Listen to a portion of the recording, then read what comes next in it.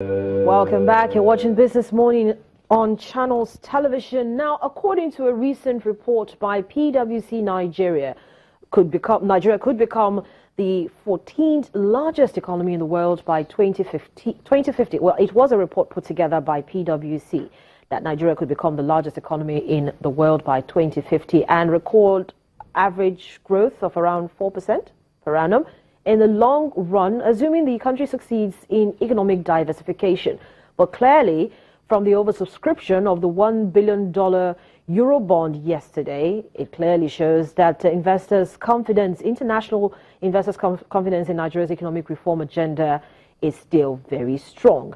Now, growth is expected to be largely driven by demographic changes, as Nigeria is poised to experience strong increases in both total population and working age population between 2016 and 2050. This long-term projection follows modest growth of around 2% per annum till 2020, which takes into consideration the adjustment from the impact of low oil prices. But like I said, with international investor communities, oversubscription of Nigeria's $1 billion Eurobond, confidence in economic reform has not waned.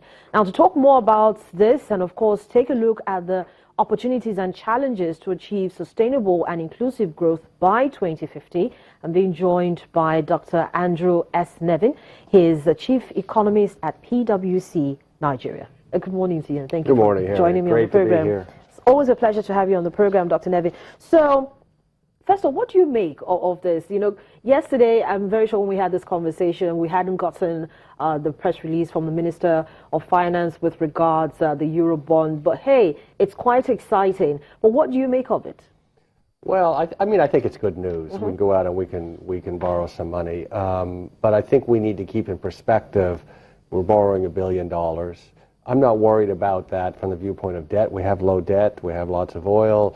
We have lots of opportunities, so we can repay it. But I think people also need to remember $1 billion is a very small amount. I mean, we have a 100 trillion naira economy.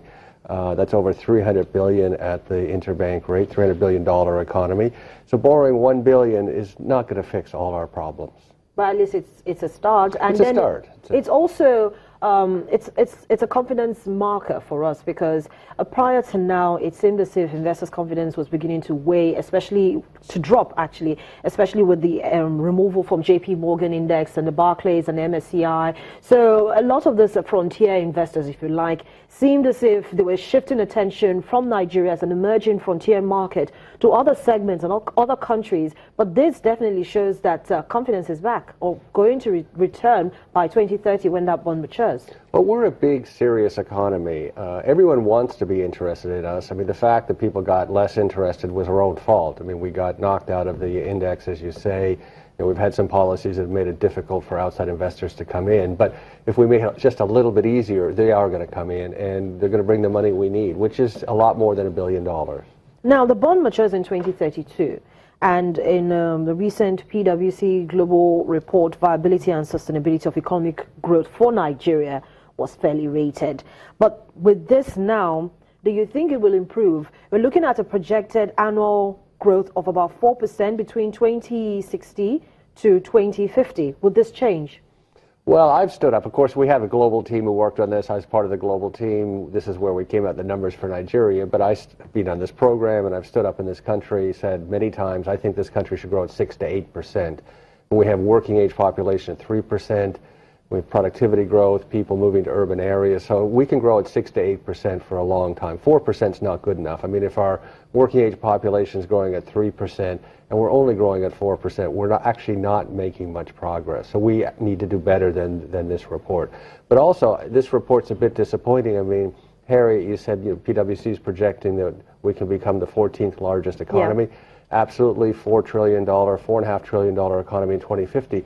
But when we did this report in 2015, you may recall we said Nigeria would be the 9th largest economy. So in effect, we've gone backwards versus the world because we've lost the last 2 years with the economic conditions here. So it's not great news from that viewpoint, 14th, and I was quite disappointed where that came out. But what were the key issues that were highlighted? Still the issue with regards policy? You're right. Or so regulators? There are 5 issues that we put in there, but just to highlight a couple, I mean, the corruption issue is still one that needs to be fully resolved. I think we've made some progress. We put our report last year that talked about the cost of corruption. Obviously, the exchange issue is on everyone's mind. I mean, the numbers, if we're all aware, but both foreign direct investment and foreign portfolio investment have essentially collapsed, which is why this is good news. Someone's coming back, but it's really collapsed. And part of it is this just confusion about the exchange rate till there's clarity on that. And then, finally, the ease of doing business. I know there's a lot of efforts on it. It hasn't yet translated into the index. So on the World Bank index, we're still 169th. Much behind Kenya, Rwanda, Ghana. We need to start moving that up. But I think if we start moving it, we'll get the investment we need. So, do you think Nigeria is still an emerging and frontier market?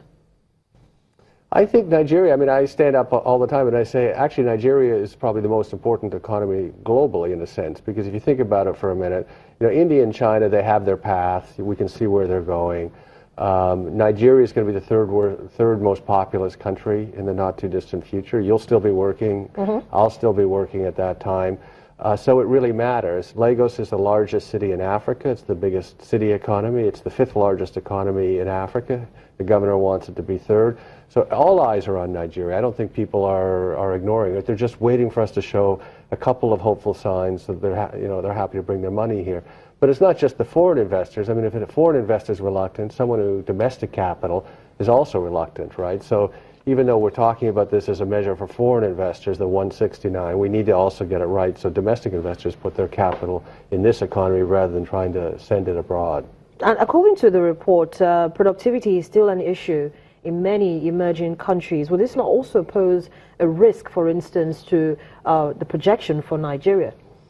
Well, if we don't fix the issues that we all know about, so as you take infrastructure, why is our productivity low? One reason it's low is because our infrastructure is poor, right? So when containers or other goods come in through Apapa, they're trying to get goods out of Apapa, whose the roads are terrible. There's no other way to put it. Get out of Apapa through Africa's largest city to distribute throughout the country. Very inefficient. And the amount of time it takes for the driver to do it is 3 or 4 times as much in other places. The wear and tear on the vehicle because the road infrastructure is bad is much higher, so much more costly. So we need to fix a lot of infrastructure things, and then we're going to see the productivity go up because it's just going to be easier to do things. I mean, we don't want to spend so much time in traffic, whether it's in Lagos or Port Harcourt.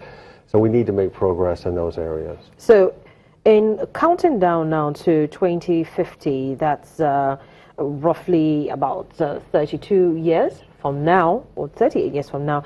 So we're talking about getting the right mix, the right economic reform agenda that will, that will kickstart things for the private sector and for the international investors who have already shown that they're very confident that these reforms will get Nigeria to where it's supposed to be. For you, if you had to advise, in what order should it come? Infrastructure usually always is the biggest issue. They're talking about power, the roads, and the rail networks. But outside of that? Well, I think that if we go back to this ease of doing business, it's issues at both the federal level and at the state level. And what we're finding out talking to people is that governors of the states often are interested, they know they need to have ease of doing business, they need to attract capital to their state. But it's not translated to what their people do on the ground. So the governor is saying it's easy to do business here, but when someone comes and tries to do it, they don't find it so easy. So I think a lot of the reforms are not necessarily laws, but they're the governors and at the federal government level as well, for the parts they're responsible, driving through that it actually happens on the ground. And if I go visit a ministry in Lagos or the commissioner, his people deliver what they do in a seamless and easy way. Lagos has come a long way in the last 8 or 9 years in this dimension, but still has some way to go. I think the other issue, though, is, I mean, if we go back, if we look, for example, the federal budget, 100 trillion economy, the government's putting 2 trillion naira into capital projects. It's a very small amount, right? So the federal government, the amount the federal government can do is very, very limited. So then the next logical step is the state governments have to do things, which means they need to generate revenue, but mainly the private sector. I mean, just to put a rough number on it, we've talked about this $1 billion Eurobond raising. If we had to put a number on the amount of capital that should be spent in this economy, if we compared to other economies, it's probably $50 to $60 billion a year, to express it in dollars. So the government injecting $2 billion, $3 billion is a very small percentage. They need to make the environment that the private sector is prepared to put in 50, 55 billion of that. And they're not doing it right now, right? Because the foreign investors have deserted us. I hope they come back. And domestic investors are very squeezed. But that's the quantum we need to make a difference to this economy. And there's a lot of pressure on us because our population is growing fast. Of large countries, our working age population is growing by far the fastest at 3%. So the amount of employment we need to generate to move forward is massive. So sometimes I'll read in the newspaper, a governor will say, I created 500 jobs, 5,000 jobs. I mean, this is not moving the needle. We need to create 2-3 million jobs a year. And the private sector can do that? Private sector can do it. I mean, the thing is, the world's awash in capital, so we put these bonds out. Why do people buy them? Well, one reason they buy them, Nigeria has the oil. It's a big, relatively stable country.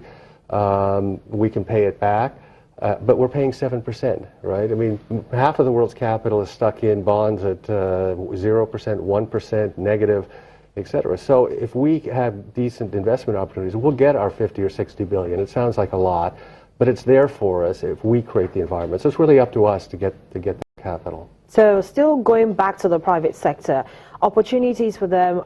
We know that this present administration has said so much about partnering with the private sector in critical sectors or critical areas of the economy, and the president even said it while reading out his 2017 budget speech during the presentation. But do you think that we're starting out on the right path, on the right footing, for the private sector to know that our doors are open for business and we would like to do business with you?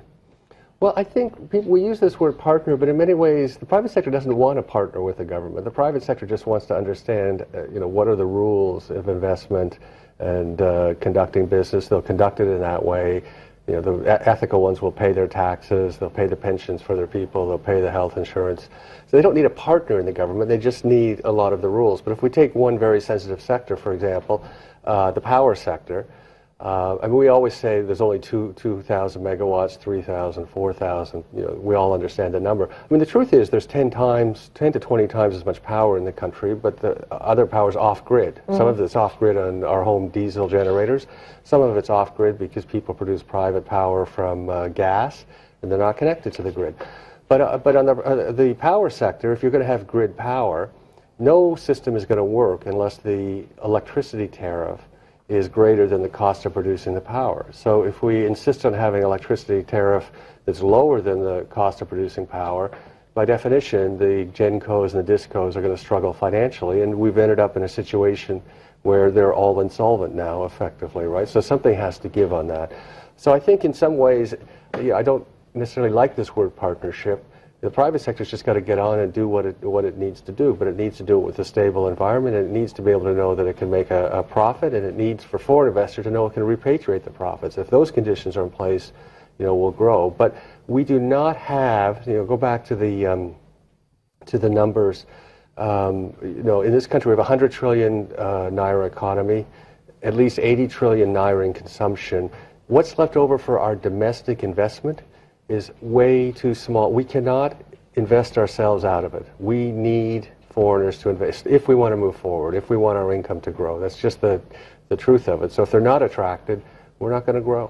So counting down now to 33 years from today, when hopefully all of the projections put together in this PwC report will begin to have some fruition in terms of the real GDP growth and the rest of it. How can policymakers at this time begin to set the timeline for themselves and set what path they want to be on and how they want to achieve inclusive growth and sustainability in the long term as, most economies, most international investors and domestic investors keep their eye on the entity called Nigeria? Well, let's answer this question starting at the state level, because we're a big believer that the state governors really need to take responsibility. I mean, the one thing coming out of the drop in oil prices is states, I think, have come to the realization that, in a sense, they're on their own. They're going to get their oil allocation, but it's much smaller than before. If they want to develop, if they want their people to prosper, the governor and his team is going to have to drive development there. So, what do the governors need to do? I think each governor needs to sit down and figure out what's going to work for their state. I mean, the wonderful thing about Nigeria is we have 36 states. They're all different. They all have different endowments. They have all different economic histories. They all have something that they can do and fit into the, the economy we have in 2050. So the governor's got to be the one that drives that. And then, as I said a little earlier, they need to make sure that they just don't have a strategy, but their people up and down the organization support businesses. I mean, businesses go out, they visit lots of countries, lots of states. They're only going to part with their money if they really believe that you're going to be supportive of them there. And so that's the message I would give to the governors. Then for the federal government, they just need to enable that environment and let the state governments get on with it. All right, Dr. Andrew S. Nevin, Chief Economist at PwC Nigeria, thank you so much for coming on the program today. Thank you, Harriet. Business Morning continues after now.